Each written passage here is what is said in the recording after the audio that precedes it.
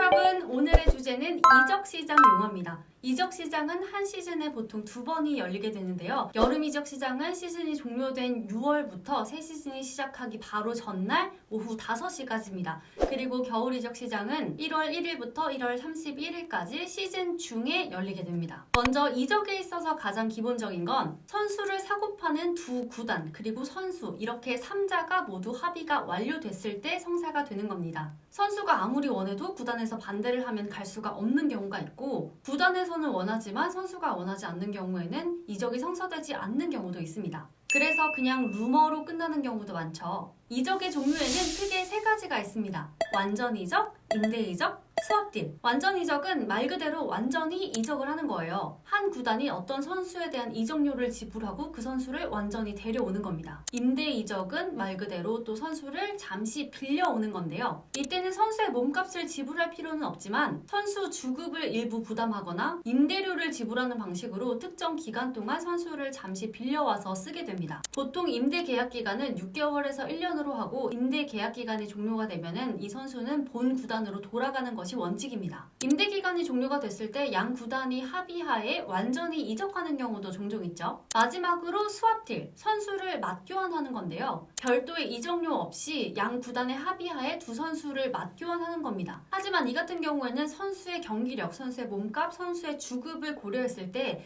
양 구단이 모두 윈윈이 되는 경우가 거의 없기 때문에 자주 일어나진 않지만 2018년 아스날의 알렉시스 산체스 선수와 맨유의 미키타리안 선수의 스왑딜이 가장 유명한 사례죠. 마치 물건을 사고 파는 것 같은 느낌?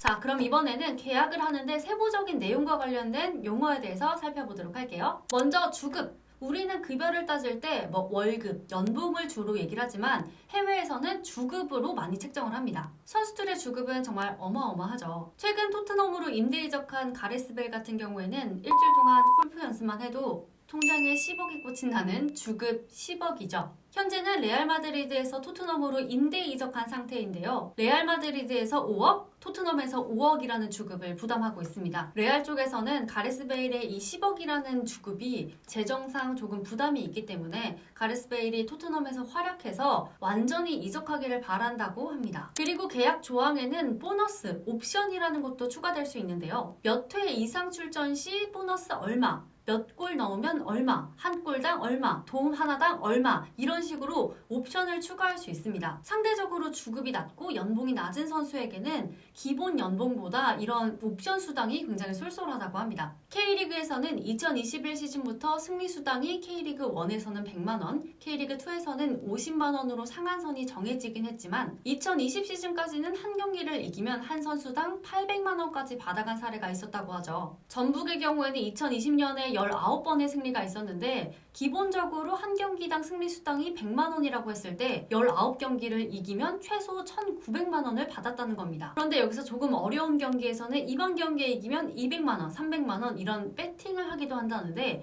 이 경우에는 1,900만 원보다 더 챙겨갈 가능성이 크죠.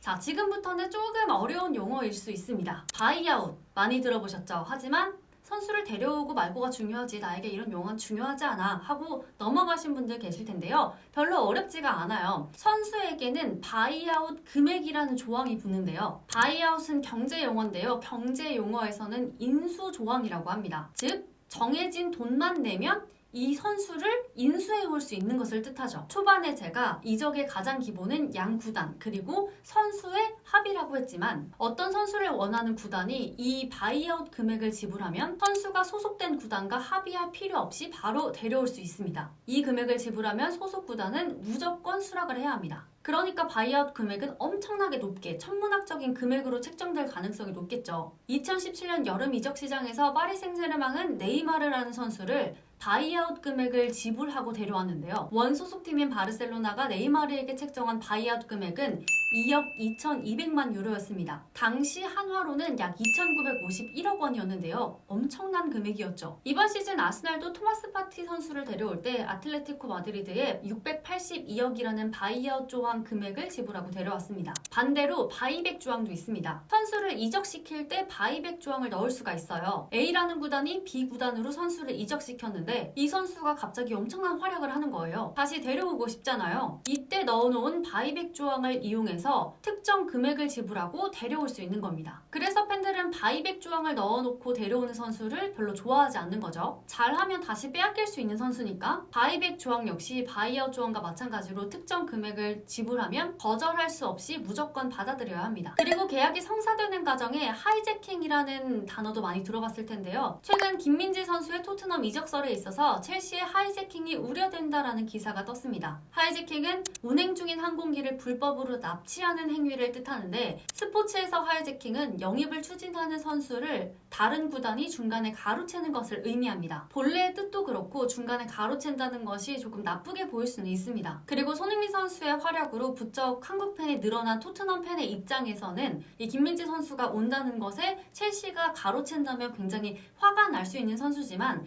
선수의 입장에서 봤을 때는 본인의 몸값이 올라가는 행위이기 때문에 굳이 싫어할 일은 아닐 수 있겠죠. 이렇게 이적료, 구단 간의 합의, 바이아웃, 바이백을 통해서 이적이 이루어질 수도 있지만 선수가 이적할 때 구단과의 협의만 이루어진다면 이적할 수 있는 선수도 있습니다. 바로 자유계약 선수인데요. 구단과의 계약이 6개월 미만으로 남은 선수는 자율적으로 타 구단과 계약이 가능합니다. 이를 보스만 룰이라고 합니다. 벨기에 출생의 장 마르크 보스만 선수가 이 룰을 처음 주장했고 이 선수의 이름에서 유래된 이적 규칙입니다. 1990년에 보스만 선수가 자국 리그에서 뛰고 있었는데 프랑스로 이적하려고 했으나 구단의 동의 없이는 이적할 수 없다며 이적을 막았고 외국인 쿼터제와 이적료 문제로 연봉이 삭감된 상태로 팀에 잔류하게 됐습니다. 보스만은 이에 이의를 제기하고 유럽 사법재판소의 본 소속팀이었던 RFC 리에주를 상대로 소송을 걸면서 시작된 룰입니다. 1995년 12월 유럽 사법재판소는 장 마르크 보스만 손을 들어주고 구단과의 계약이 6개월 미만으로 남은 선수는 타 구단과의 계약을 자유롭게 할 수 있다고 판결했습니다. 따라서 구단과 계약이 6개월 미만으로 남은 선수는 타 구단과 계약을 체결할 수 있습니다. 현재 소속된 구단과 계약이 모두 종료된 후에 함께할 수 있는 구단을 미리 찾아놓는 거죠. 이때 새로운 구단은 현 구단에 이적료를 지불할 수 없다라는 게 가장 큰데요. 하지만 당장 이 선수와 함께하고 싶다. 6개월 미만의 기간을 기다릴 수 없다면 이적료를 지불하고 이 선수를 바로 데려올 수도 있습니다. 그런 경우가 아니라면 현 구단과 계약이 모두 만료된 후에 새로운 구단과 함께할 수 있습니다. 또 리그 내에서 이적은 각 국의 축구협회의 규정을 우선시하기 때문에 프리미어리그 내에서의 이적은 계약 만료 최대 1개월 전부터만 가능합니다. 이제 선수 이적의 마지막 단계입니다. 선수가 구단 간의 합의를 끝내고 개인적으로 해야 할 일들이 있습니다. 먼저 워크 퍼밋, 취업 비자죠. 선수들은 축구 경기를 하는 것으로 돈을 받는 직업이기 때문에 해당 국가의 취업 비자를 취득해야지만 경기를 뛰고 돈을 벌 수 있습니다. 양 구단과 선수가 모두 합의를 끝냈지만 취업 비자가 발급되지 않아서 계약이 성사가 되지 않는 경우도 있습니다. 두 번째로 메디컬 테스트입니다. 메디컬 테스트의 기사가 보도된다면 이적이 거의 완료됐다라고 볼 수도 있는 건데요. 협상이 모두 완료되고 신체에 결함이 있는지 없는지 마지막으로 확인하는 과정입니다. 하지만 정말 가끔씩 메디컬 테스트에서 신체 결함이 발견되면서 이 계약이 성사되지 않는 경우도 있습니다. 그리고 마지막으로 오피셜 떴다라고 많이 하시죠. 선수 영입이 모두 완료되면 구단에서 공식적으로 알리는 이적의 마지막 단계입니다. 이적 과정에서는 예상치 못하는 변수가 정말 많이 발생하기 때문에 구단에서 공식적으로 알려야지만 완벽하게 이적했다라고 할 수 있습니다. 오피셜은 기사가 뜨기도 하고 구단 SNS에 게재가 되기도 하는데요. 보통 이적한 선수가 새로운 구단의 유니폼을 입고 혹은 유니폼을 들고 찍은 사진이 많이 올라오죠. 그래서 한국에서는 오피셜을 옷피셜이라고도 많이 합니다. 알고 보는 이적 뉴스, 루머에서 오피셜까지 이제 하나도 놓치지 마세요.